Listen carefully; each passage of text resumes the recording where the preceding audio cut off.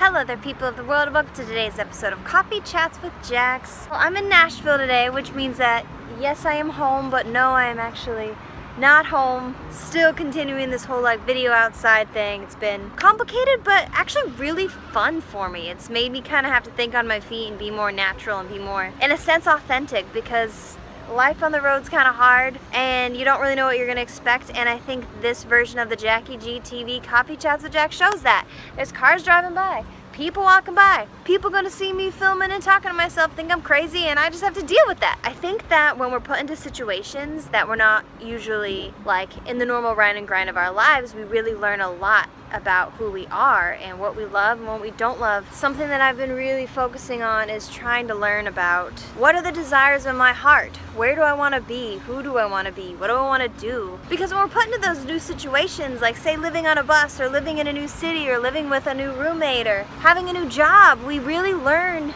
what makes us tick. What do we like? And the biggest thing that I've learned about myself so far has been how much I really love learning. I was out running with Bryn, the girl that I'm on tour with, and also one of my best friends in the whole entire world, and she asked me, she was like, Jackie, do you ever miss school? I used to really hate school, and I think that the reason I hated school was because I didn't know what I wanted to do and who I wanted to be. And I'm a big questioner.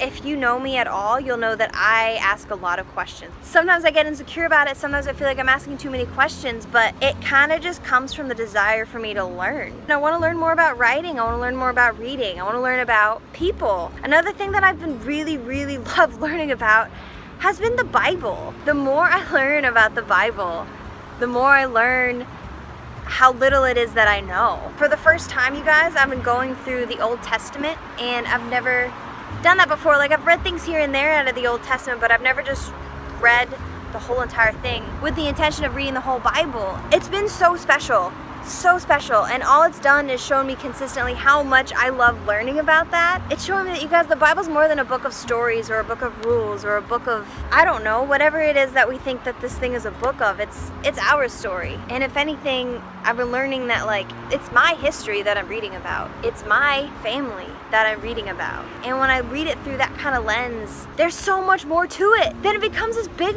treasure map. It's been the coolest journey in the world, reading and learning and asking questions and having the hard conversations and asking the hard questions. There's stuff in there that we can't be afraid to talk about and bring up. I think sometimes as humans, as broken people, we create this image of who we want God to be, and we read the Bible looking for things that make our image seem right, and we ignore the rest. And instead of looking into the Bible for backup and research to back this version of a God that makes us comfortable and us feel like we're in control, we need to read the Bible with a mind that's open, saying, who is God? Not, where can I find what I need to show that this is God? Because the truth is, our version of God, whatever kind of version we want to make up, cannot possibly explain who God actually is.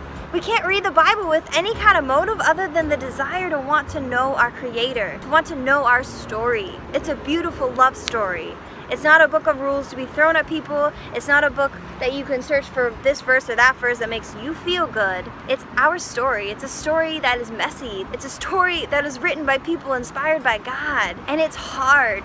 And there's stuff in there that makes absolutely no sense. But it's so special and so sacred and so beautiful. Oh my gosh, it's been so much fun. So I love learning about that, because the Old Testament, honestly, puts so much more purpose and reasoning and understanding behind the New Testament. It's all the same story. There's no this part and that part. God's redemption, rescuing plan, it began in Eden. It began when Adam ate that apple. The whole time, God's mission was to rescue us. And if I'm learning anything from these really hard books like Leviticus, not fun to read, but what I'm taking away from it is that God wants to be with us so much that it doesn't make sense, and I want to learn about that. I think when I lived in LA, it was a lot about learning who I am, what my faith is, who Jesus is. And then when I moved to Nashville, it was a lot of learning how to stand firm in that, stand firm in who I am. It was a world where a lot of people are going to tell you a lot of different things about who Jesus is, and I get to know who I am and be grounded in that I don't have to go with the flow. I don't have to jump in the river and just do what everyone else is doing. It's taught me to stand firm. And you guys, this next season, whatever that looks like, I just want it to be a season of growth, I want it to be a time for me to really just grow in who I am and learn writing, learn Jesus, learn the Bible. It's fun. Other than that, I've learned that I really love irony. I don't know why, but there's something really beautiful about drinking a cold pressed juice while eating a donut. There's something cool about that. There's something really cool about in New York City, in a city of complete utter chaos and busyness and buildings, which I love, by the way. It's another thing. Me and my friend Bryn found this tiny little park in the middle of this big city, and we sat in it and we read and felt peace.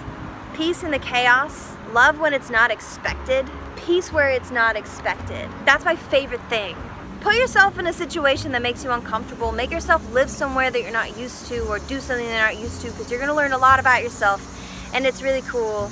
And I want to end this message by just saying, at the end of all of this, none of it means anything unless you're with people that you love. Being with two of my best friends on this tour has been life-changing. Everyone has their faults, everyone has their morning breath smell, but we're in it. It's really special when you have people that you're just doing life with and you're just in it together, and it makes everything else so much more worth it. So much worth it, I promise. So I was kind of all over the place in this video. I guess it's just kind of a process that I want to let you in on what it is that I'm learning, where I'm at. Tour has been great. I'm pretty sure the acacia, paca, cicada bug things are out. I'm gonna go back and read. I love you. If you've been enjoying these videos, do me a huge favor and go join my Patreon family. There's a link in the description box below for that. Is where you can support me, get more involved in what it is that I'm doing.